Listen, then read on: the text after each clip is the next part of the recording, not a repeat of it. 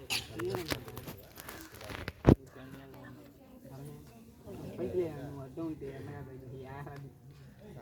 ఉపాధ్యాయులందరికీ నమస్కారాలు. అదేవిధంగా గణతంత్ర దినోత్సవ శుభాకాంక్షలు.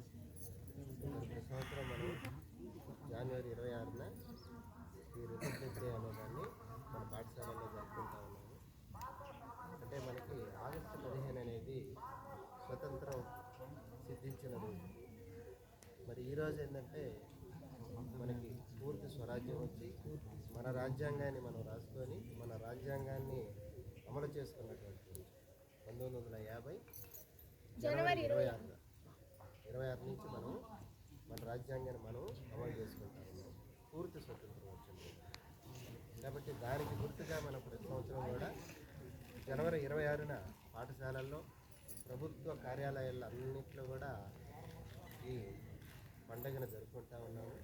వీటిని జాతీయ పండుగలు అంటారు. జాతీయ పండుగలు అంటే కులము మతము అనేది లేకుండా భారతదేశంలో ఉన్నటువంటి ప్రతి ఒక్కరు కూడా జరుపుకునేటటువంటి పండుగ. నిజంగా ఇది మన స్కూల్స్లోనే కాకుండా మన ఇంటి నుంచి కూడా ఇది ఈ పండుగ యొక్క ప్రాముఖ్యత తెలుసుకొని మన ఇంట్లో ఉండేవాళ్ళు కూడా జరుపుకోవాలి. జరుపుకోవటం అంటే కనీసం దాని గురించి చర్చించుకోవాలి.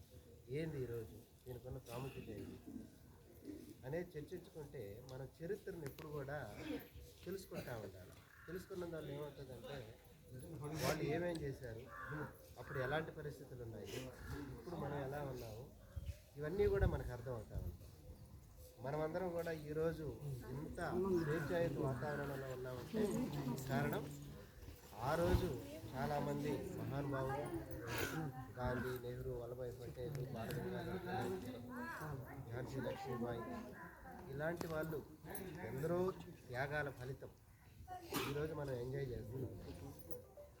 ఆ రోజుల్లో మనం కానీ ఉండుంటే మనకు తెలిసి ఉండేది ఆ బాధలు ఎలాంటి అనేది. మనం ఈరోజు చాలా ఫ్రీగా ఉన్నాం కాబట్టి కనీసం సంవత్సరంలో 2 రోజులు వాళ్ళ గురించి మనం తలుచుకోవటం, స్మరించుకోవటం. అయితే ఆ 2 రోజులు స్మరించుకోవటమే కాకుండా మనం ఇప్పుడు కూడా మన హృదయంలో అది నాటుకోబోయి ఉండాలి. మనం భారతీయులు భారతీయతే మన సంస్కృతి. అంటే మనం ఎక్కడికి పోయినా అదే పాట కూడా ఉంది, గేయం కూడా ఉంది కదా, ఏ దేశమే ఎవడరాని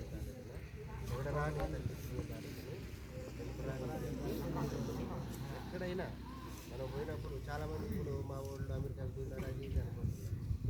ఇండియాలో ఉండటమే మనం గ్రేట్ అని ఫీల్ కావాలి. ఎక్కడికి వెళ్ళినా కానీ వీఆర్ ఇండియన్స్. ఆ ఫీలు అదంతా కూడా మన హృదయంలో నాటుకోవాలి. అడుగడుగునా మనం మన దేశము మనము అనే ఫీలింగ్ ఉండాలి. అదేవిధంగా మనం ప్రతిరోజు కూడా ఈ ప్రతిజ్ఞ, జాతీయ గీతం ఇవన్నీ పాడుతున్నాం.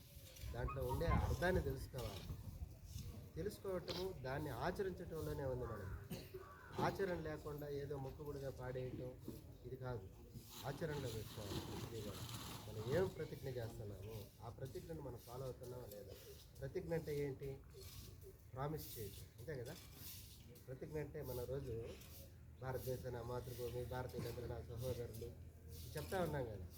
So that is promise. But ఎంతమంది మనం ఫాలో అవుతున్నాం? భారతీయులందరూ నా సహోదరులుగా చూస్తూ ఉన్నాను. ఎన్ని చేస్తూ ఉంటే ఇన్ని అరాచకాలు ఎందుకు జరుగుతాయి ఒకసారి ఆలోచించాలి. సో ఎందుకంటే రేపటి పౌరులు మీరంతా కూడా ప్రతి స్థానంలో మీరే ఉంటారు. ఈ స్థానాల్లో ఉంటారు, రాజకీయ నాయకులుగా ఉంటారు, కలెక్టర్లుగా ఉంటారు, అంతా మీరే. కాబట్టి ఆ స్ఫురణ అనేది మనం ఏదైతే చెప్తున్నామో అవి ఆచరించేటట్లు చేసుకోవాలి. మరి మనకి రిపబ్లిక్ డే గురించి మనకి జయరామ సార్ మీకు దానికి సంబంధించిన విషయాలన్నీ కూడా మీరు కూర్చొని చెప్తారు. సో మీరు అందరూ కూడా మంచిగా చదువుకొని వెరీ గుడ్, బాగున్నారు. ఈరోజు అయితే అందరూ ఇంతమంది అటెండ్ కావటము చూడముచ్చటగా అందరూ కూడా ఇలా రావటం అనేది really I'm very happy. So all the best. బాగా చదువుకొని మంచి పొజిషన్లోకి అందరూ రావాలి. ఫ్యూచర్లో ఎప్పుడు కనిపించినా కానీ మేము మంచి పొజిషన్లో ఉన్నామని మనం చెప్పాలి.